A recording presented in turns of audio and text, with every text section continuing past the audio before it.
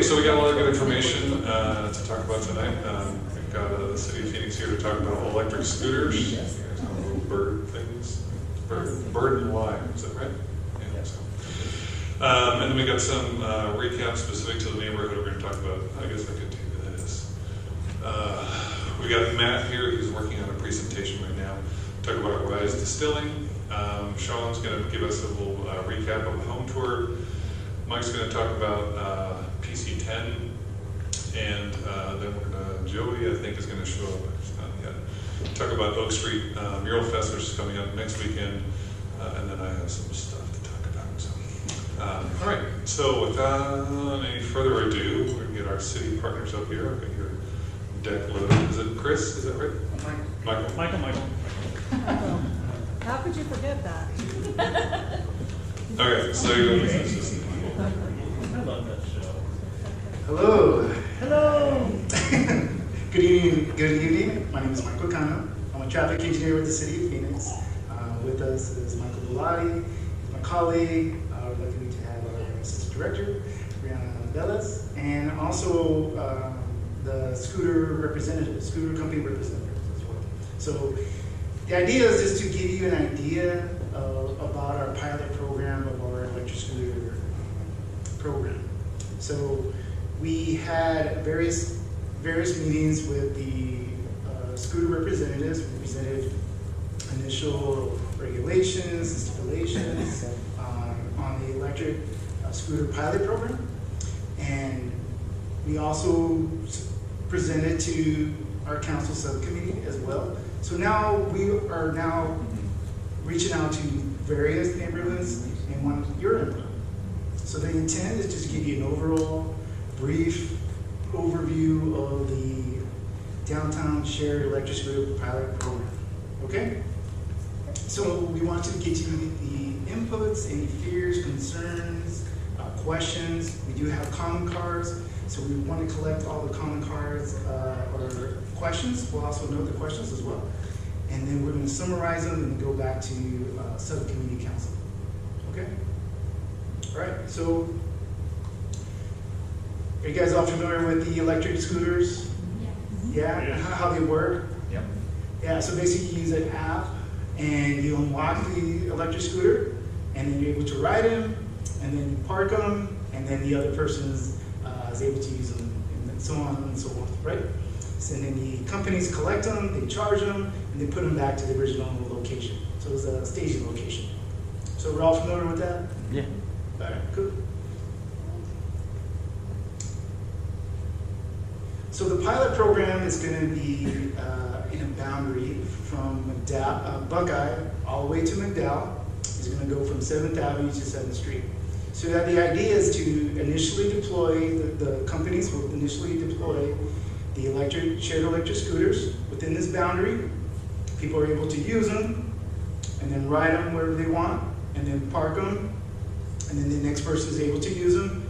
But nightly, the shared electric companies will collect them and then restage them by the next morning and within the boundary area. Okay, and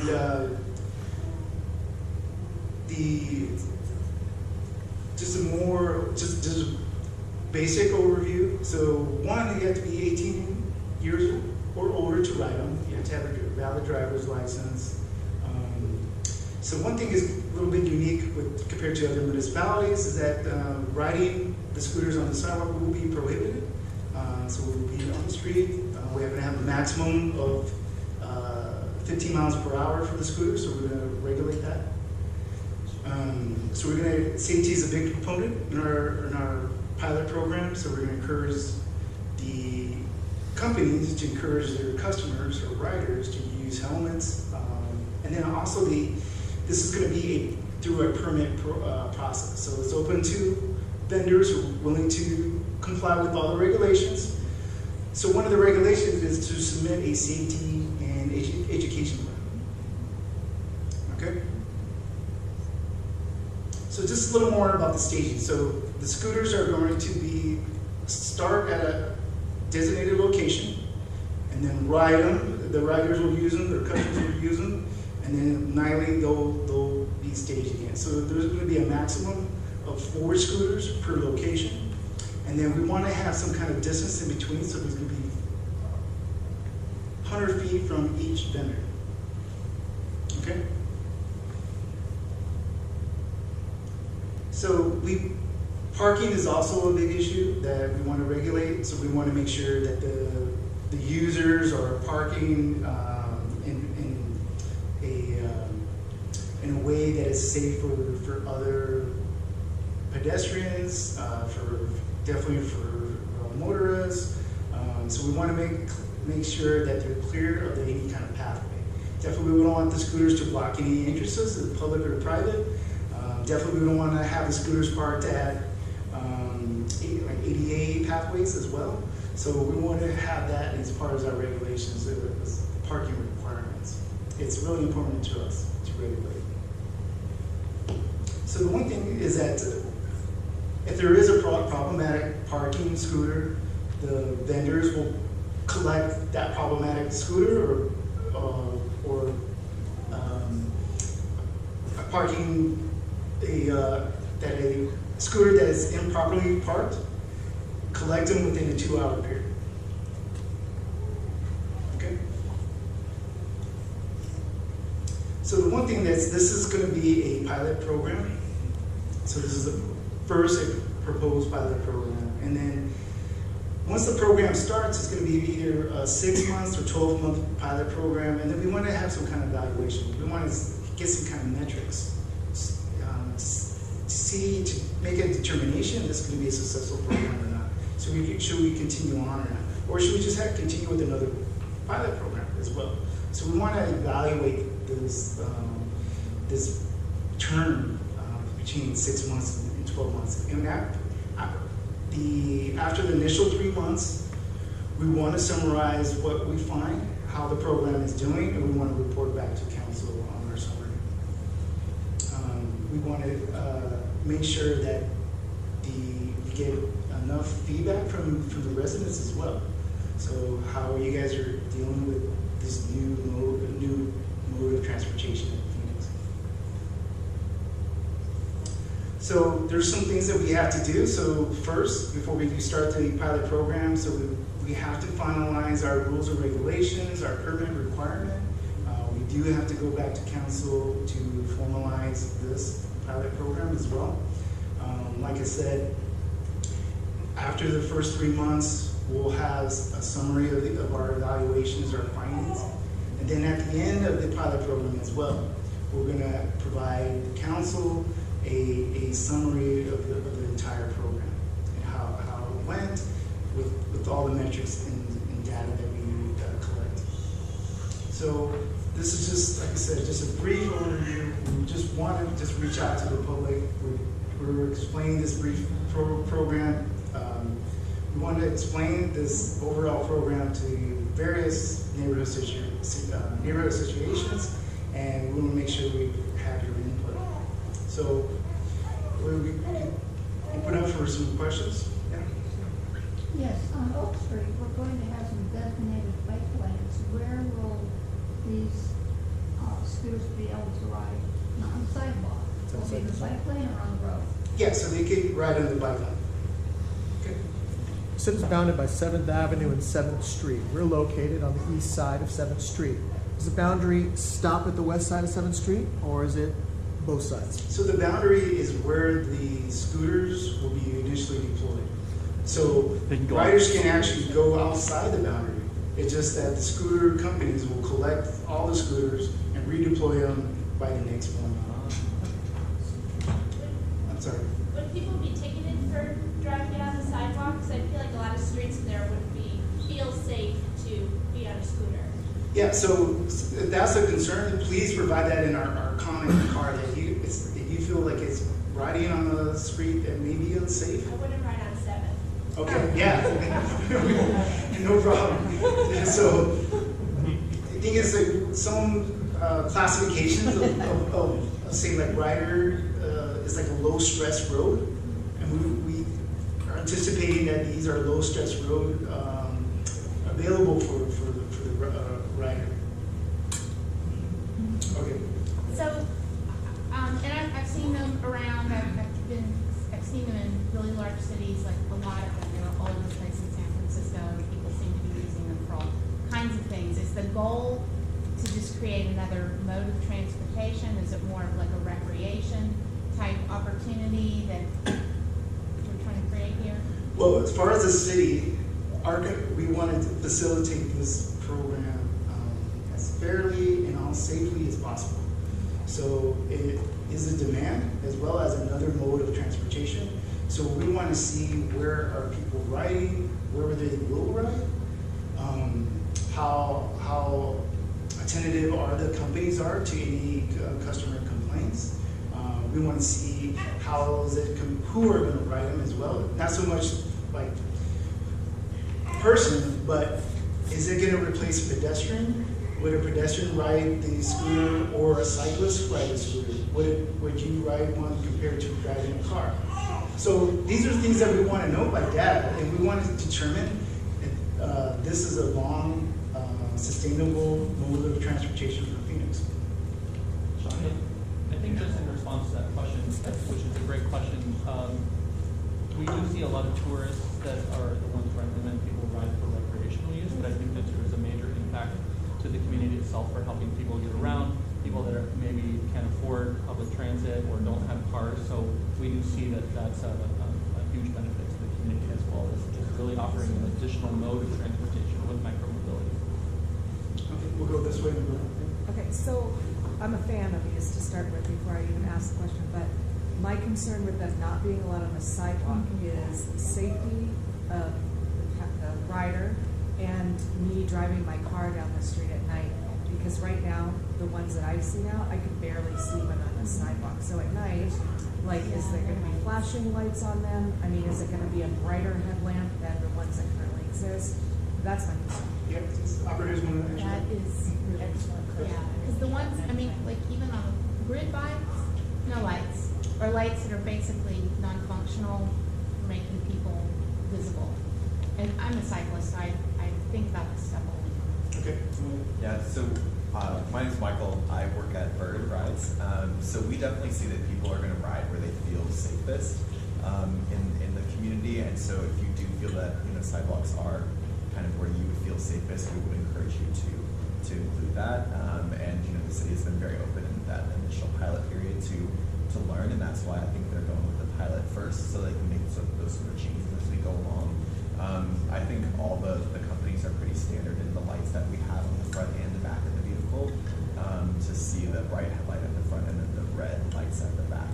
It's kind of similar to this. So no plans on making any adjustments there, just gonna stay as they are. Well, to add on that, I think some of the scooters that you might see, if you're seeing them in Phoenix and they're a hazard, Mostly Tempe. Tempe, okay. I was gonna say, because they do, you can buy these scooters, off of Amazon or elsewhere, and those ones don't have the same level of headlight and rear light on them, so you may encounter one that looks very similar. Yeah. Yeah. No, but that's a good comment, and please provide the comments. We have those comment sheets, and we're collecting them, and that could be a concern that we can address. Gentlemen? So, forgive me, but I like 4 parts of my thing. So you said that on the parking of them, that it's 4 scooters per company. So theoretically, you could have 20 scooters in one little spot, 5 different companies, right? You just have to apply for a bidder's license, put their out there, and then we could end up having, again, 20 in one little area. And then another 20, 100 feet away. So it'll be 4 per staging location?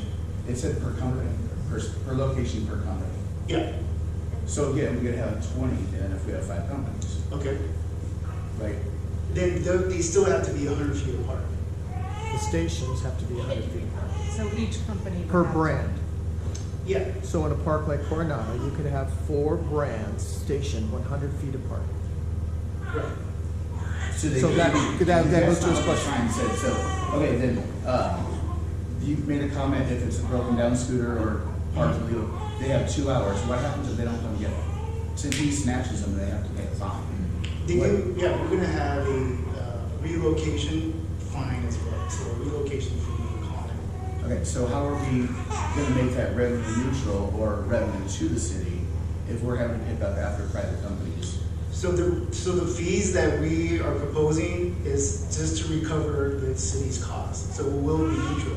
So if we had to have somebody, it's myself, go and pick up a scooter and bring it back, so that's the time, right? So we want to have cost recovery for the city, so that's what we're calculating our fees, so we can be completely cost recovery. So cost recovery or revenue, we're making revenue off of it. So Yeah. the revenue will be added to what our expenses would actually be. So it will be neutral. But that's not what I'm asking you. I'm saying I don't want it to be neutral. I would like it to where if the city is having to go behind a private entity to pick up their belongings that they're making money off of, we should be making money also. Which goes to my third question. Okay. Are we making money off this? What kickbacks does the city get? So like I said, the plan was just cost recovery. We don't vision to have a revenue where we're making profit on this, I would say, program. It's not a program, it's private companies making money off of public land. Is it not? So one thing, so Lime or Bird or whoever, Or Uber. they're gonna want to get those scooters, or for them to get it, then to have the city get it. So they have been really responsive in these areas when somebody calls in and says, hey, there's a scooter at 123 Street, Indian Street. They want to come get those because they want to have them deployed where to go. Because it'll be cheaper for a Lime or a Bird or whoever to go get their own scooter rather than have the city charge them. Right, so, Scottsdale just kicked them out, if I'm not mistaken, because of that reason. But one of my concerns is talking about people driving on the sidewalk. We're talking about making our city walkable. There's not gonna be a bunch of 40, 50, 60, 70-year-old people driving these scooters. So we really need to think about where our tax base is and what the scooter's gonna be used for. They should not be on the side, they're motorized. They should be off the damn sidewalks. They should not be able to be there. You know, if it's too busy that they shouldn't be on the street, then they shouldn't be there. And that's probably a good indication that they should not be there. But again, should not be revenue neutral. We should make money off of this, period. I mean, they should be paying for permits. They should be paying for areas their private scooters that they're making money off of are sitting on our land that is taking up our space, making it less walkable for people that are here. Chances are owning our own homes, paying our taxes, paying our property taxes. We shop in Phoenix, we pay our 2% tax on our food, things like that. So the question is why is it just cost recovery and not additional revenue? No, why isn't it? Right, why are we not making revenue off this? Okay. Like, it makes, if it's using our resources, we should be making money. It shouldn't be Shouldn't be neutral. So, it should not be neutral. Okay. Right. So is that gonna be just during the pilot program to see how it goes?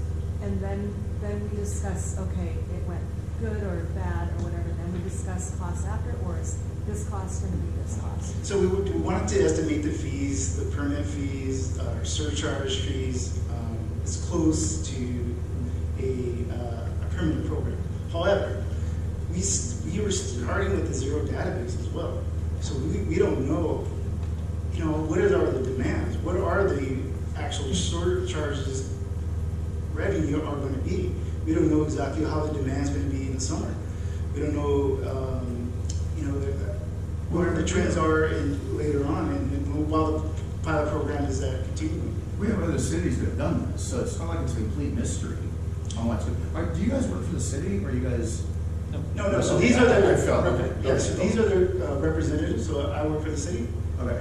Okay. Well, you can definitely tell they're very pro-it. I was wondering if they were city employees. So, okay, yeah, so, there are other municipalities, we are in contact with them, we have a regional meeting, say the Tempe, and we are in contact with Scottsdale as well, but this is still relatively new.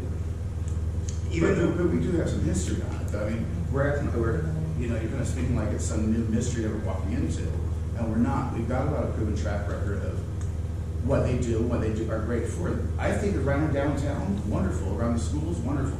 You think you start getting into our neighborhoods, and they're riding on our sidewalks, and it just makes them harder for us to use and enjoy our walkable neighborhoods. And that's the reason most of us moved on there. Oh, so the one thing to answer your question, so we're going to propose not to ride on the sidewalk.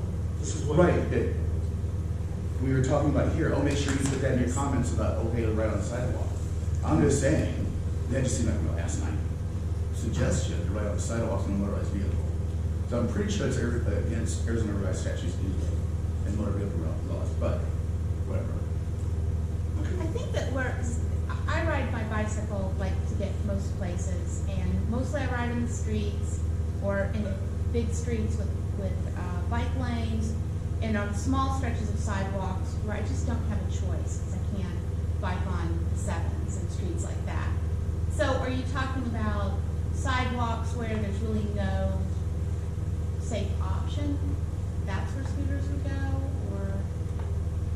Because there, I mean, we don't have, like on the sevens, we don't exactly have wide sidewalks. Where we have wide sidewalks up on Central in some parts, it's feasible, but I almost got hit at an apron on a sidewalk the other day, and I'm always looking. So I think it's that safety issue that helmet's probably just not really gonna do much with regardless.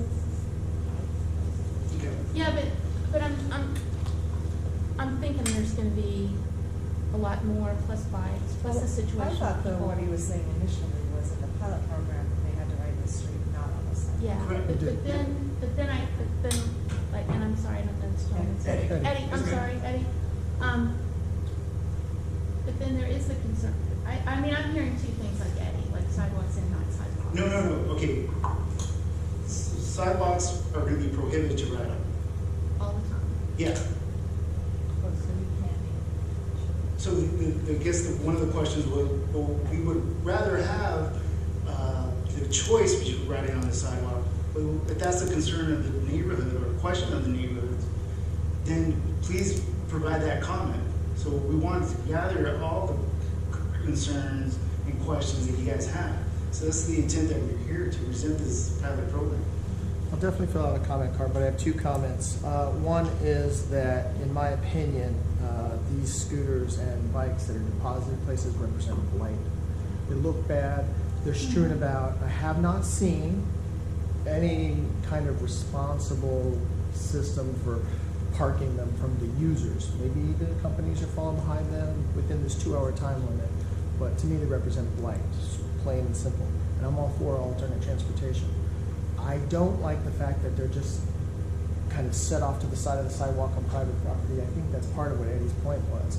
As a person who maintains large communities and commercial areas, we don't even know what to do with these things. They're just there and they represent what to us. So that's one comment. And secondly, there's a huge safety issue here. You're telling me you're going to put people, you're going to promote helmet safety, that you're going to have these things deployed for tourists and other people to get around on. So these tourists left their hotel, grabbed their helmet, which they packed when they came here on the plane, and now they're riding around safely.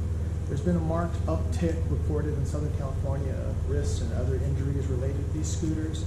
Putting people in the street as a cyclist, I can tell you, is not a friendly environment to people with a skill level where they're in the learning curve. You get on the scooter for the first time and you're expecting them to get into the street with Phoenicians, you're asking for problems. So those are my two comments.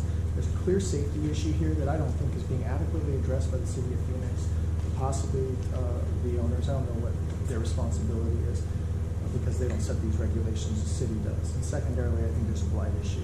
I'll make the comments on the card. Thank you. Do we have a comment? Coming here from a city that uses a lot of bicycles, and I try to ride my bike around the city, I hate being in the street because they run you over, they don't give you much room. So I find myself on the sidewalk a lot just for my own safety. And I've used those scooters, I love them, I use them all the time when I'm in San Diego. And again, it's a life issue, I guess, but I think they promote a trend towards more safety, more pedestrian, more alternative resources for transportation. And at some point, we've got to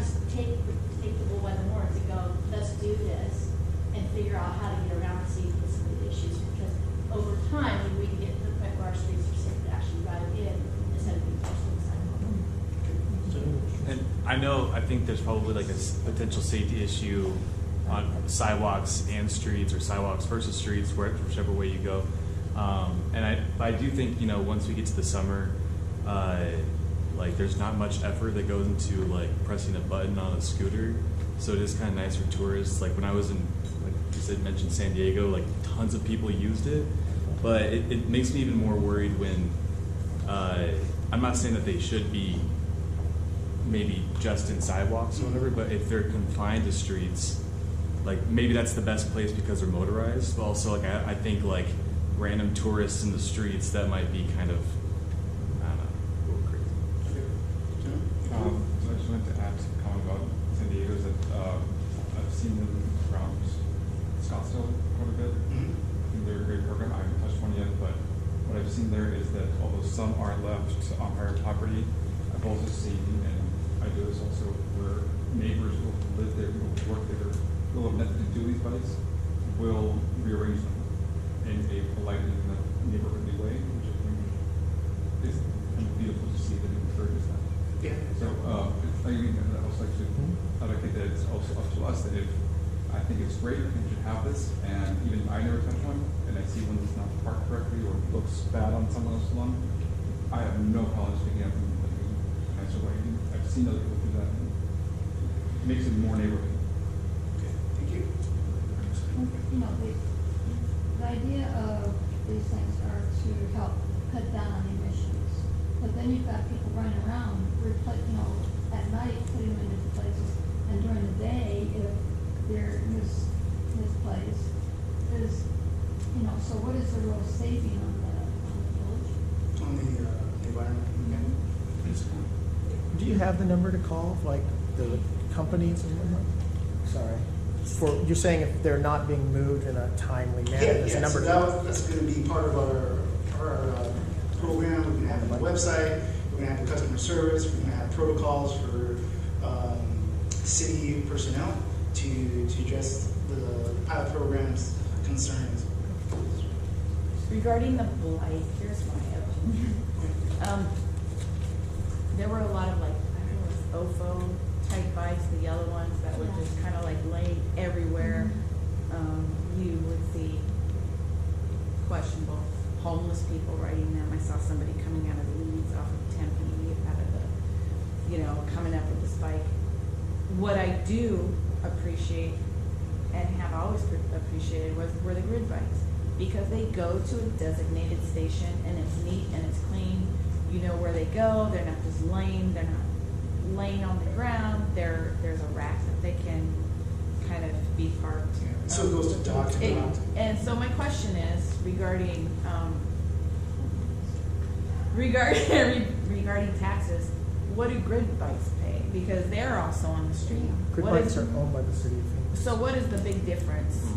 You know what I mean? If it's okay for grid bikes to be there, what is the difference with these scooters? So the scooters will be an open market. So it will be a permit process by the private companies. So with Grid, there's a partnership. Grid has a contract with the city of Phoenix. Not only in the city of Phoenix, but it has a regional contract with Tempe and Mesa as well. So that's the difference. And then the idea is it's a dock-based system, so it's reliable. You'll find a grid bike at a dock, and then to another, then you can place it or park it at another dock. So that's the difference. In regards to that, I love that idea. I just do not like the whole blight. I'm in Mesa all the time. I work there. I see just virtual parking spots, and I know there's an age limit, but I see some kids, and they look like they hijacked one that maybe wasn't closed out, and they look like they're about 15 years old, and they're riding these down schools. So they're not, I don't know if there's a different kind of, if there's different allowances in Mesa, but that definitely happens. I've seen it. So I like the idea of parking spaces. You guys have one more question about One more and I'll shut. You made a comment of how much work we have to do to get this going. again, it should not be the city having to do all this work for a private enterprise to make money. And that's what this is. It's money. It has nothing to do with saving the environment. It's about making money. So if we're going to allow them to make money, which is wonderful, I'm a business person myself, so I have no problem with that. What I have a problem with though, is that we're going through all these hoops that we're having to jump through as a city for them to make money, and we're revenue neutral. That's a huge problem. But the grid are much nicer, but we make money off those. Correct? No. We own the No, bikes. boy, the city really sucks at contracts, my God. I mean, seriously, they take up, again, private space or public space for. I think one important thing to note too, the city is going to incur costs, but the scooter companies actually pay a per ride fee to the city that very well could be in excess of the cost, right? Very So well could be, but it should be. Well, is what I'm saying. that's what the city's working on, to put together a fee structure that that focuses on that cost recovery. But as trips grow, the cost recovery doesn't necessarily go exponentially up. So as trips go up, there's a potential where there could be a surplus that goes towards. And what I'm saying is there should be, the word potential should be taken out. And there should be a revenue base. It's a revenue stream that the city should get. It shouldn't be, oh, hopefully you make enough money over the next 5 years and you can give us some of that money back. That's not how this should work. Sure. This should not I just work wanted to this share way. that one point. Right, but he has made it very, very clear. This is revenue neutral. Revenue neutral. And I am saying that we do not need more than revenue neutral things. We need to make money off of private enterprise wanting to use public space for your dollar, for your pocketbook. No, really appreciate your comment. That's the whole point. We want to have the opportunity for the neighborhood to have a voice. So we want to collect and gather your comments and concerns. So thank you very much for letting me speak with you. And any other questions, I do have my card and I can give you my information. Okay, thank you.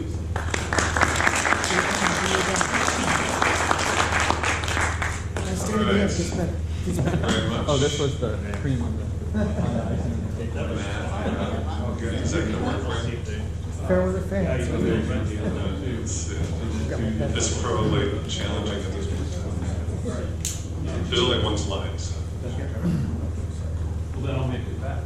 It'll be faster than my presentation. So just to give you a little background, Matt Bingham is the owner-operator, certainly the owner. I don't know if you operate. We want you to operate. Cheap player. So, of Rise Distillery, which is it's on basically 51 and McDowell-ish on that corner. It was the old Serve Lift building, so Matt's been in there putting in things. Yeah, so he's here to talk. It's been a long process, so he's here to talk about the process as it is now and hopefully get your support. All right, thanks everybody for letting me get up here, and maybe I should move away from that. I'll come on this side. So yes, I'm here tonight for a couple reasons. One, to say thank you all for the support we received over the last 18 months or so. I had a timeline on my other presentation. I was going to kind of show everybody from when we kind of engaged with the neighborhood and where we're at today. So again, I want to thank everybody. We've had a lot of good response on social media and things like that. Some people I've met, some of you I haven't yet, and I hope to soon. So, but the reason why I'm here is because when we purchased the property, we closed on October 25th, 2017. I had spent several months. We submitted our offer in June, doing my due diligence, going to the city planning and zoning, getting information from them. Thought that the information was pretty sound. Found out later, not so much. So during that time, just to show the kind of due diligence we did, I actually started the liquor license process before we ever even purchased the property to make sure that it would be approved and not spending that kind of capital on a building that you couldn't use. So in doing so, the way that process works, the state receives your application first. They kick it to the municipality. The municipality has to approve that based on the zoning and submitting certain things in the application, which makes sense, and we did so. And then once they approved that, City Council approved it October 17th, I believe it was, of 2017, and we closed on the building a week later. So fast forward a little bit, we went through, we got our state permit just a month after we closed on it, and we got our federal permit in January of 2018. So thought all was great, went to the city, hoping to begin the process for submitting construction documents and things like that. And we're told, oh, you can't put a distillery in there, that's not zoned correctly. So our due diligence said that it was. I had a letter from the city stating that C2 was an acceptable zone, and come to find out, they said no, it has to be an A zoning because that's considered an industrial type thing, activity. So we spent, I think it was about 4 months fighting that battle, and it finally, with the help of economic development, who have been fantastic in this process, set us down with the director of planning and zoning, and he gave us some leeway, saying that our square footage couldn't exceed 2,500 square feet for the production space, which was fantastic for me. We were designing about 1,300 to 1,500 right now. The rest of it will be barrel warehouse where whiskey can sit and rest for a few years and do all the things it does, the magic in the barrel. So by the way, I see I have a fan there, whiskey and yoga shirt. So anyway, so we worked through that process, and that was a 4-month delay. We issued our RFP, hired our architects, have gone through the planning process, and got to November where we tried to submit our site plan for approval. And we are still, have not been approved how many months later. So there were several variances that were listed. Again, we had meetings, worked with them, and got a lot of them kind of removed, but this one they're not budging on. And we're in a situation where the parking, I don't know if you're familiar with the property, I had some pictures and stuff like that on the other one, but we actually purchased the property and it has 2 parking lots, one on the east side and one on the west side. We're 1/3 owner of the parking lot on the west side, and actually on file with the city is a shared parking easement / access agreement. It's been registered with the county, Maricopa County, and it's on file with the city. They are still refusing to say that that agreement is valid for our purposes, and that we still need a variance to be approved, otherwise we won't be able to continue business. So the frustrating thing in that was that our neighbor to the west, whom we share the parking with, was not aware there was an agreement, and he had a hearing in November for a similar thing.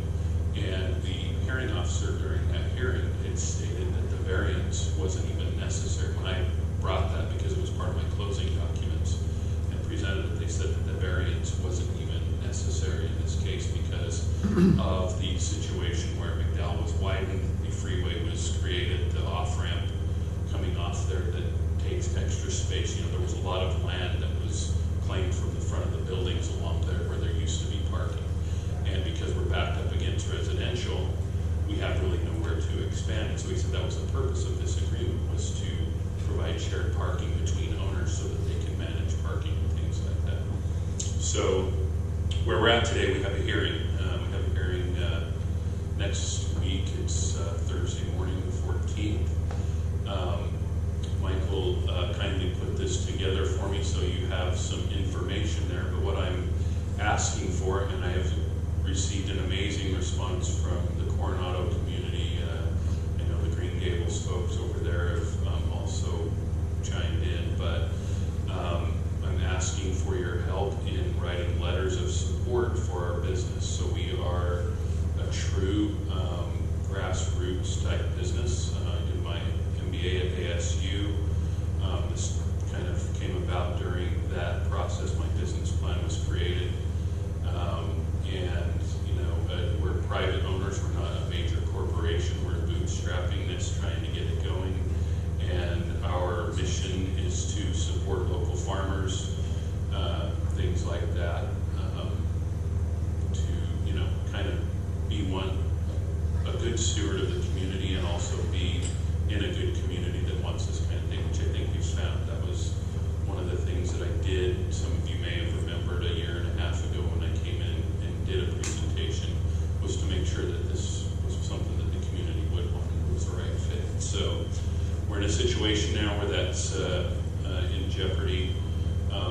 parking that we are required, based on their calculations, they say we need 58 parking spots, and because they won't count what's in the shared access agreement, we are down to 26 or 7, so we are severely short of parking, more than 50%.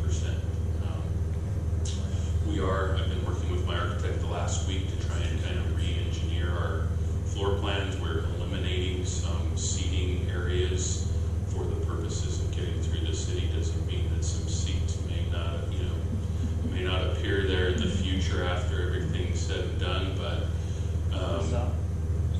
yeah, we're doing everything in our power to get this down to where something will pass and get through. So do you have some specific verbiage that we should be focusing on to? The verbiage I think is different. So I've posted on social media. I've had a lot of people PM me and ask me things like that. So the verbiage is different depending on whether I'm going to a business owner and asking for their support, and then they'll say that our business coming in will help improve the business, especially with the folks that are around me, because we're going to be marketing to, I don't know if any of you have been to the craft distilleries that are outside of the city or whatever, but they actually are kind of like a draw for visitors and things like that. So we'll be marketing to the resorts and things like that. It's going to bring a type of, a group of people down that is they'll provide more revenues for the other businesses that are around us, things like that. So I mean, like, if I write a letter to the zoning, what should I say? We just love our whiskey, so come on, let us have it. So, well, that would be one line that you can put in there, because we do love our whiskey, but no. So Kim, I don't remember her last name. Is she here? Vanderbeek? Yeah. So she wrote an amazing letter that has so many points, and I can't even remember all of them because she was here in the neighborhood. So talk about things like the crime and stuff like that. Right now behind our building, we've had homeless back there. We've had drugs and things like that. We've had illegal dumping. I've been actively fighting those things while I've been in the property. Put up cameras, things like that. Have arrests. What do you call it, Ben? Authority to arrest on file, things like that, to try and help eliminate that, get that. When I see homeless out there, my wife and I have been down there and talked to them and tried to give them information on the Phoenix Care. So I would put those kind of things in there. I would, talk about the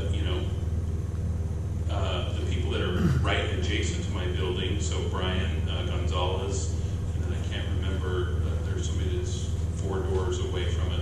But they're talking about how, they understand that they're directly, right next to the property, and yet they still support this. They want this kind of business there to help kind of improve the area around them.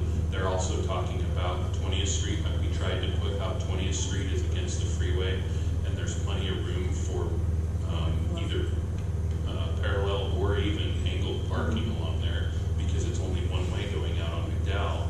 They won't let us count that because it's not on our property. Plus, because it is a neighborhood in there, I think the city has some problem with that. But the people that are on the street saying, why don't you have people park here? Because they can walk right over. So everybody, depending on where they're at and how that affects them, I think are putting different things in the letter.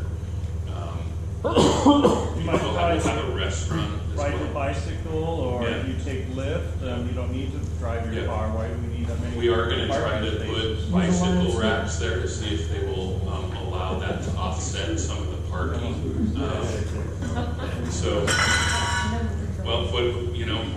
We'll have to see about the scooters. I have been to San Diego, and I agree those were a lot of fun, and I have used them, but I understand the other side of it. They just litter the whole landscape. People drop them wherever they want to, and so I understand those sides. But will there be, will it also include any local politicians, anybody on city council, or? I've reached out to some of them, so Would we reach out to like copy? Yeah. I can't say no. That I think that certainly would help. But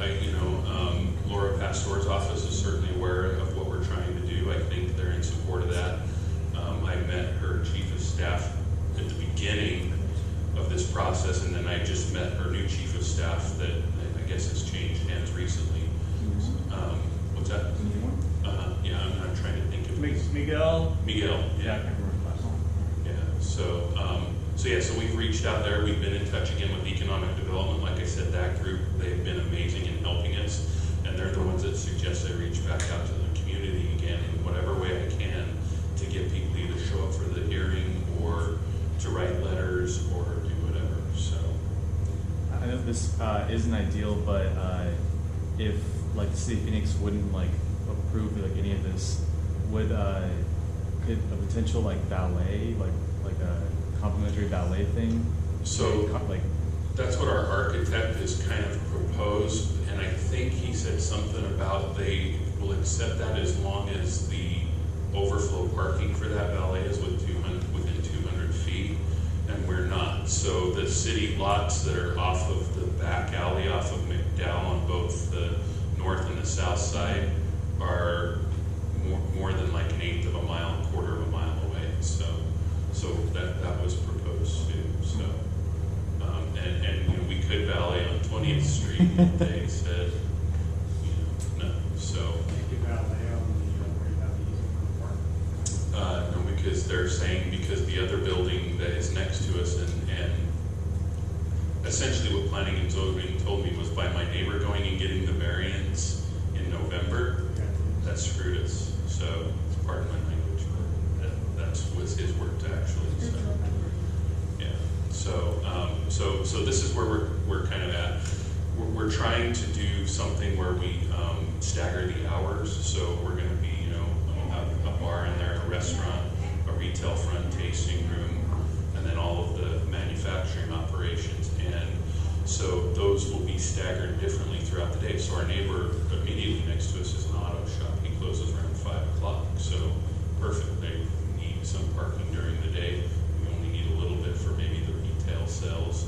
Otherwise, most of the times it's going to be, evenings and things like that. So the problem with that is, as I said, to qualify for the shared parking, you have to be larger than 2,500 combined square feet of space, and we're at 23,000. So we've got a lot of, and these are all I look at, and I understand that laws are written for purposes and certain reasons and things like that, but I think every location, every environment needs to be looked at independently and say, can we get, if it's 2,000 square feet off, will they budge and allow us to use that shared hour type model? So Can you add a patio, like a second tier patio to increase your square footage? Like Crescent has? increase our square, but wouldn't that increase our parking? I thought you needed 200 more square feet.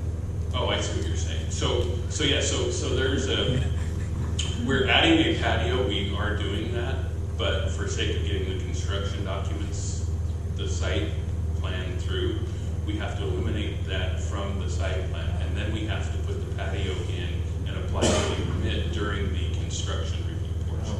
Otherwise, we have to sit and we've already been delayed probably 6 months that I know of because of these city type things that would delay us another how long just to get the site plan. So they were helpful in telling us, look, leave the patio off, go ahead and go with reduce the parking as much as you can.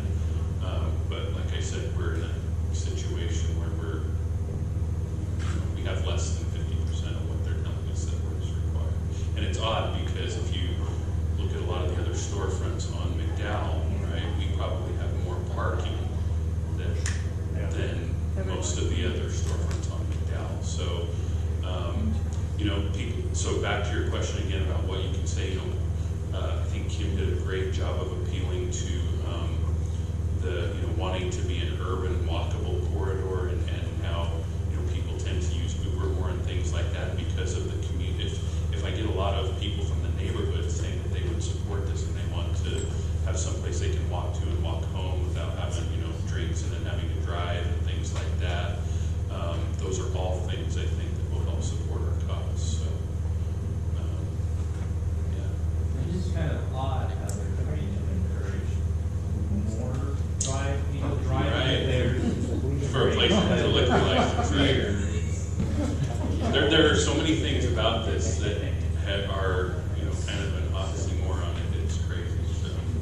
I know that the city of Phoenix, at least like downtown, there's been a lot of pushback on on parking requirements for like downtown, and so I don't know. Do you know if is there any difference between what's required downtown versus what's required? Yes, there is, and so I expressed my frustration about that too with the economic development folks, and they said, well, so what you have downtown is you have a set of overlays downtown that have reduced that have not been applied to the Miracle Mile.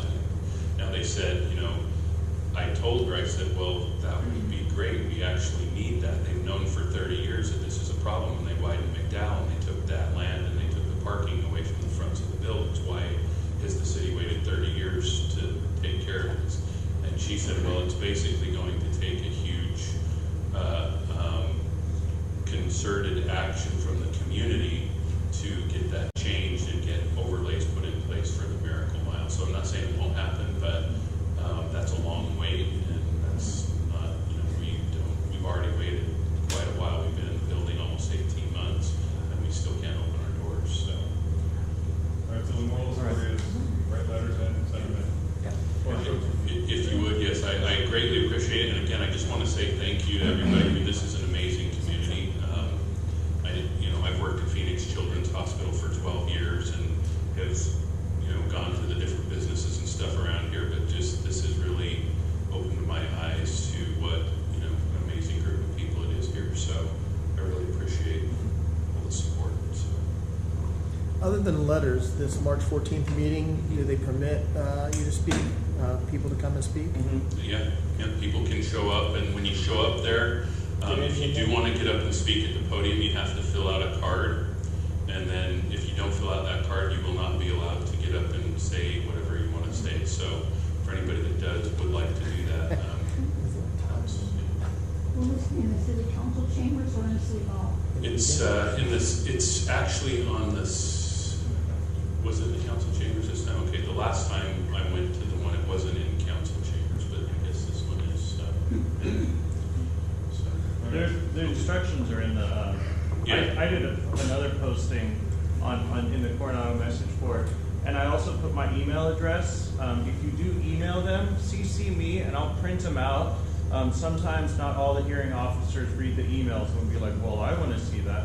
So I'll be bringing those with us. Okay, and you can also go to @RiseSpirits for Facebook, for Instagram, and for Twitter. Mm-hmm. And I've posted, you can look at some of the links there, and I've actually, one of the photos is a copy of the letter that has all of the details in there as well. So, all right. Yep, thanks for your time.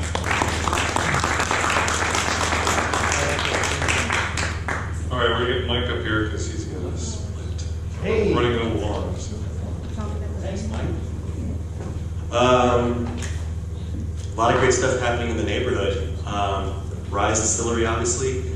It's interesting to hear all about all these new transportation methods we're going to have in our local area soon enough. Another cool thing that's happening is in 2 Sundays from now will be the Porch Concert. It's the 10th one we've thrown. And if any of you have been to one, what it is a moving progressive concert between 4 houses. So bands play at each house. It's a great community event. It's a lot of generosity from a lot of our neighbors. You get to see bands up close that a lot of which live in the neighborhood.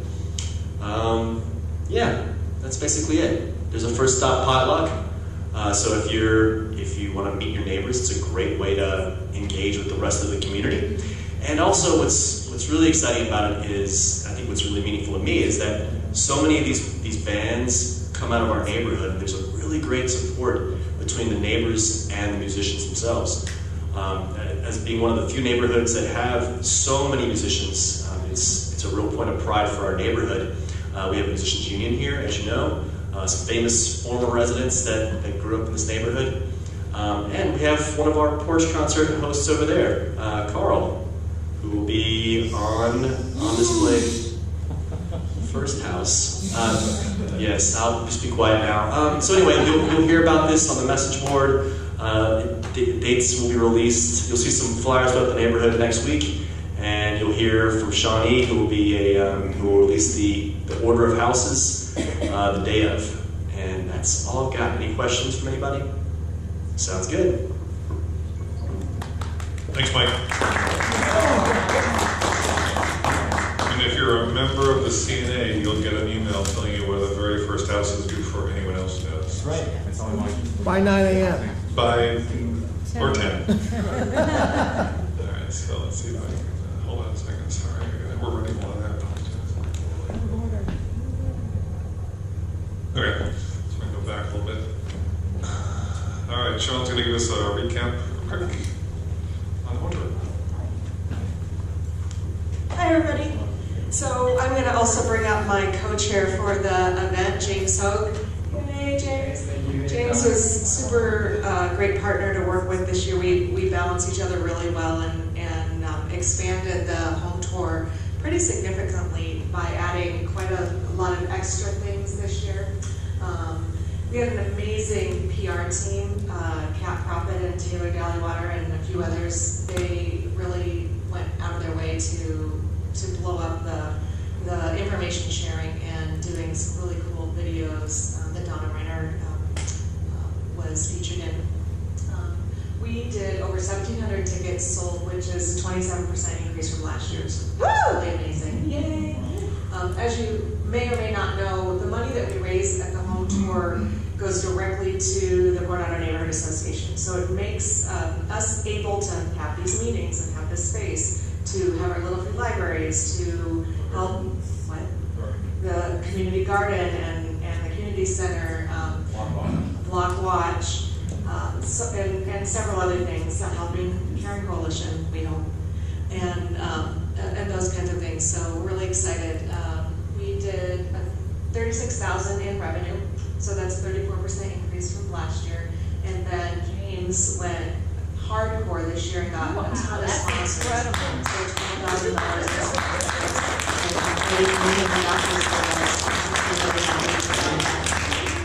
We had 101 vendors, which is insane. Yeah, Christy Baker led that team, and she's done it for a couple of years, so she's really knowledgeable about it, and it's exciting. And then we will be recruiting home tour planning team for next year's event. And James and I have talked, and we might be convinced of doing it again. It was really cool this year. Everybody, so many people. One less thing for me to do. But seriously, we had just spectacular teams. There were so many people involved. The day of the event, we had 181 volunteers that helped with everything from setup to tear down to clean up. Karen led the cleanups the weeks before, and everybody just was amazing. So I'm really happy about the way it went. And James can tell you about his favorite parts. SWAT team was there. Yes. No, we really appreciate everybody's and the support and how we scaled it this year. The kids club did the acrobatics and the parades and everything else, and we were able to get the petting zoo, and we just had a lot of good feedback as far as what happened last year to what we scaled in this year, and what we're able to achieve with all the volunteers and the chairs and the committee. So we did a really good job. How many bikes registrations? 36 this year. How many? 36. Which is really good. So the bus registrations, if you guys don't know, every home tour we have Officer Harris come up there, and then he tags the bikes, gets them registered in, so that way if there's a kind of thefts in the neighborhood, they can be identified and locked in. So we've only had one reported bike theft in the last 7 months. Nice. Really unusual.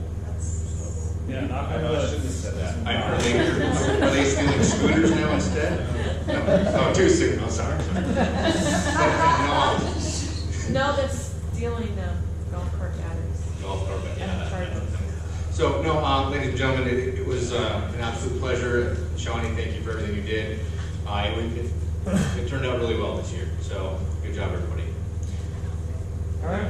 One last thing, just one last thing. I do work for the City of Phoenix in the arterial management section. So I work with the crew that was just here speaking on all this. Does anybody else need any of these handwritten, I think, such forms from the city? Vote early and vote often. Yep. So if nobody else needs them, I'll turn the rest of them in tomorrow. If you have any questions, comments, concerns, I can hand them off, but otherwise than that, you have his information. So. P.S. When you get your distillery up and running, it would be awesome if you wanted to sponsor the home tour next year. Always working. James, I just want to say you did a great job this year. Yeah, James, you did a great job.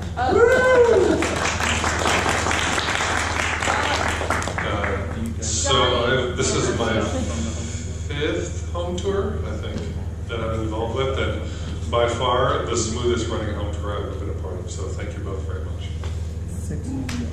Yeah.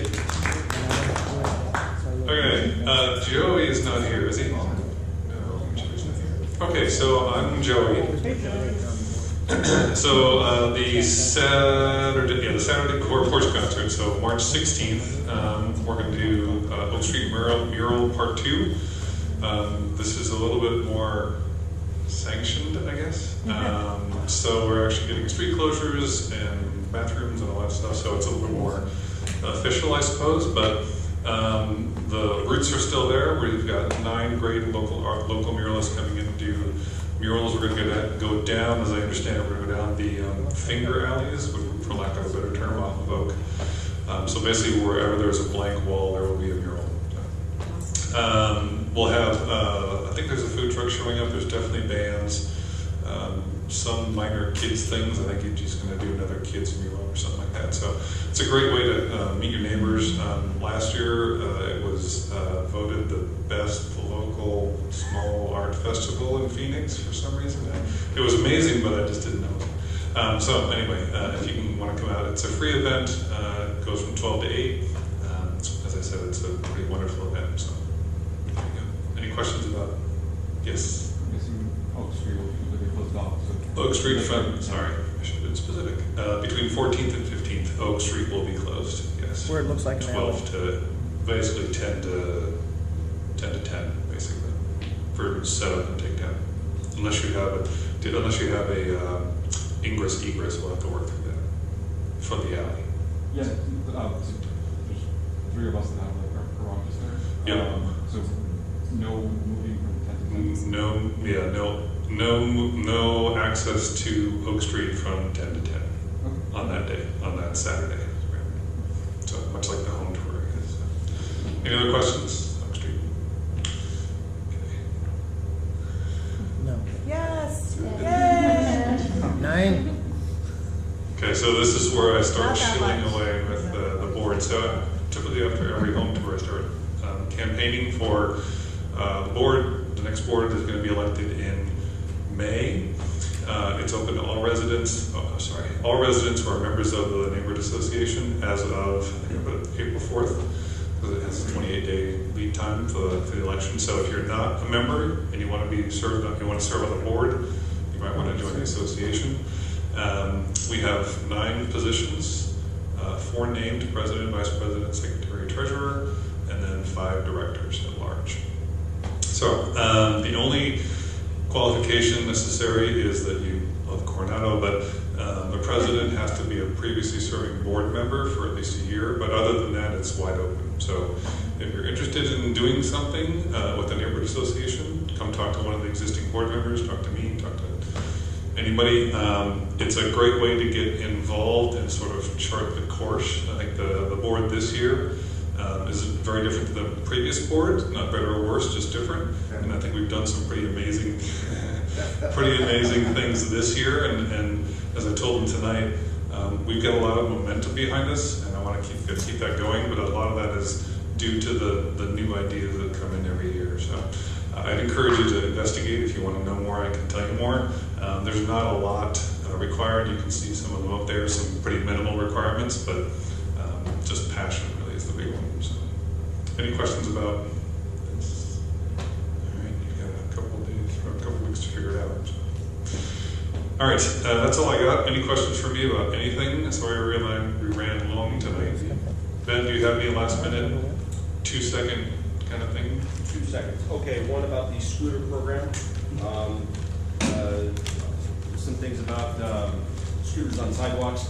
Yes, they are prohibited by city code, not really by ARS, but city code says you're not allowed to ride a powered scooter on the sidewalk. In practice, I bet you won't get ticketed if you ride one on the sidewalk. So that's that.